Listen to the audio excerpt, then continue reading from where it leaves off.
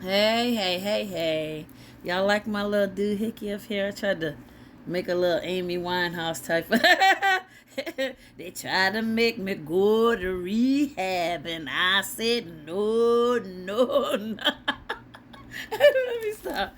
Oh, I do like me some Amy Winehouse though. I ain't even gonna front. I loved her music. She was cool. You know, even Prince came when she came out. He said, "Yeah, that girl Amy Winehouse, she got it going on, doing them 50 songs like that. I love all that stuff and that.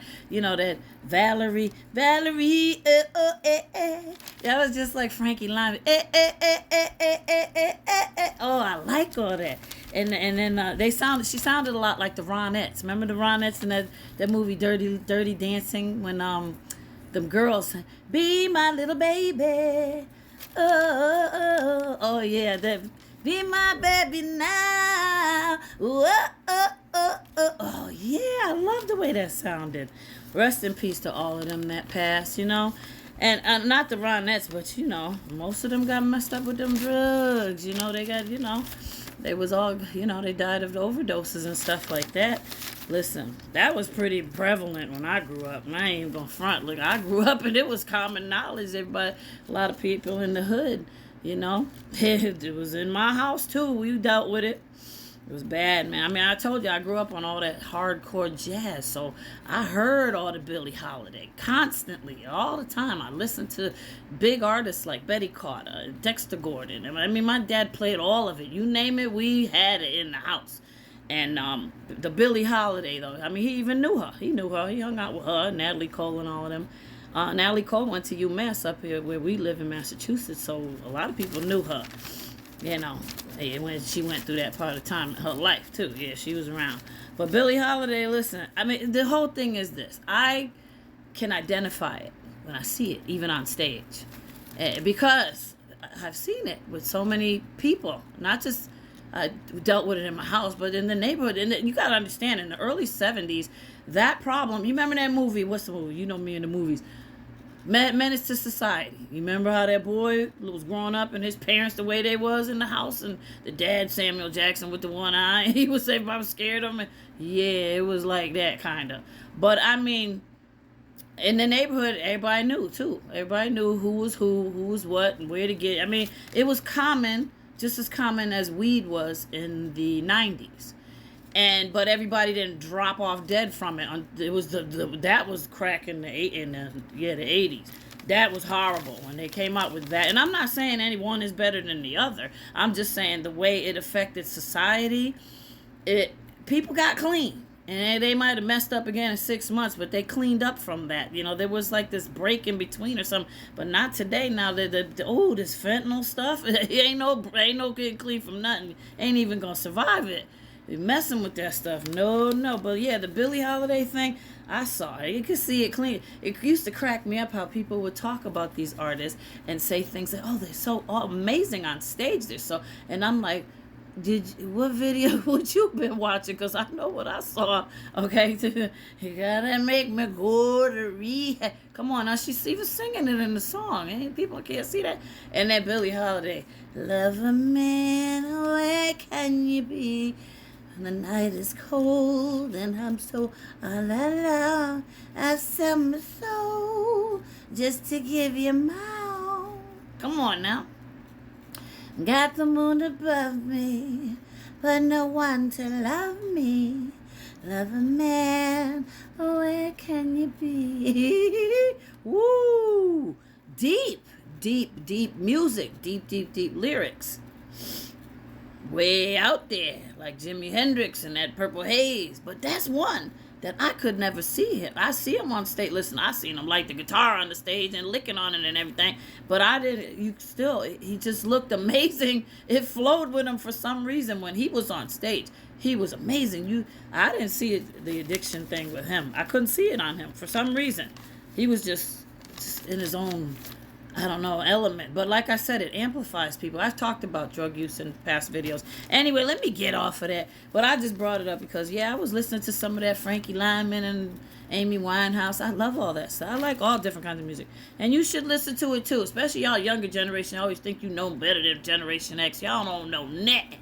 Okay, I'm telling you something. We had the best of the best of the best. You need to listen. Some of y'all, your parents did raise you right. They've been passed it down to you. I went out when I took my niece out to that Frankie Beverly thing. We was singing them songs. She knew them. I said, "What you know about that there?" We was singing them. She knew them. I said, "Oh, see, I love that. I love that it's passed on. You got to pass on the music." Okay, so. All right, what was I gonna bring up? Those movies that we grew up on, like y'all talk about Scarface and all that. We grew up on the Mac, the original Mac, and Superfly, and the Pam Grier movies. So all that talking, the stuff that had to do with that was all throughout the movies. Yes, it was. Godfather 2, all of them. So anyway, back to this stuff. I don't want anybody getting all frightful about this stuff. I mean, we knew this stuff was coming. And, you know, right now I just saw another thing that DC's on high alert because of the inaugural event. They're expecting all sorts of chaos. Of course, we knew that was coming, you know. So this woman is abandoned. The Attorney General's abandoning the case she announced of the unaliving of the man in the correctional infirmary, whatever that case is. It's horrible. And all these multiple crazy unalivings we keep hearing about. There's a big snowstorm coming. Judge was shot in Kentucky by a sheriff. And then another judge a couple days ago, he had unalived himself right there in his own chambers. It's going crazy. The world is flipping upside down because the 3D, I told you, collapse. The timelines collapse. And this fifth wave, we are riding right up on into it. It's all fifth wave. I kept saying 5D in the last video. I'm saying it's fifth wave is the word. Fifth wave. And getting to number 5, January 5, that's fifth wave all the way up there. So whatever it is, it's escalating. Right now, we on the 3rd, okay? And it's escalating. That's why I said I ain't gonna rush in to do my intentions. I usually do them by 6 o'clock. I'm gonna finish this video and then I get to it. Because you know what? That energy ain't going nowhere. It's going higher and higher and higher. So I was getting to it. It's rapidly arriving first week of January 2025. These videos, I watched a few today, and it says it's hitting everyone. Don't panic by that. You only have 48 hours left as of now. 48 hours left. Today, what's today? The 3rd, 4th, and the 5th. 48 hours left. You're talking about, he's saying that as of tomorrow. Tomorrow, 24 hours tomorrow, and then 24 hours on the 5th. So 48 hours left. He said, get with it. Because that message was about, see, they send out the videos telling you for the next day. So he talked about the next day. That's why he said 48 hours. He didn't include today. Because yesterday videos tell you all about what's happening today. I already saw those. Same thing, scaring the bejesus out of people. But it's the truth, though. Intensity is building. And it draws you to goals, or it'll leave you unbalanced if you ain't prepared already. The challenges can catch you off guard. You got to get ready now before too late. Take advantage. Make smart choices. The moon in the waxing crescent phase now. It's time for the intention setting. It's aligning. You say this and your intentions. I am aligning with the moon's energy tonight I'm ready because I'm ready for growth. I'm aligning with the moon's energy, ready for growth. Use that to set your intentions. Okay? The sliver of moon symbol has hope in your attention. It's all about motivation, clarity, forward momentum, ideal time to make ideal plans and initiate new projects. Remember I talked about new projects? Be it as small as putting beaded jewelry together, the copper jewelry, or in other endeavors, thinking far ahead. Like I was thinking, I'm setting intentions about getting that farmland. I want to get some farmland for, as things cook up and get worse. I want people to come together with all the chosen ones. We work together. I want to do stuff like that. Clean food, clean water, clean air, clean living, So, what else I say? It's time to foster creativity. Time where dreams and goals take form and come true.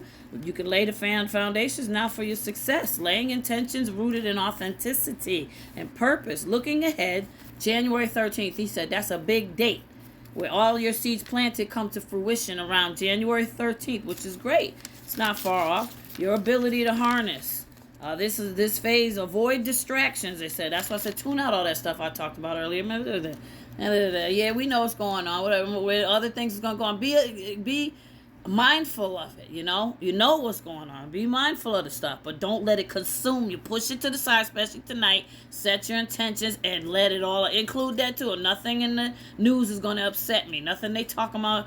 I release it all into the universe. Avoid the distractions. Focus on setting realistic, positive, firm goals.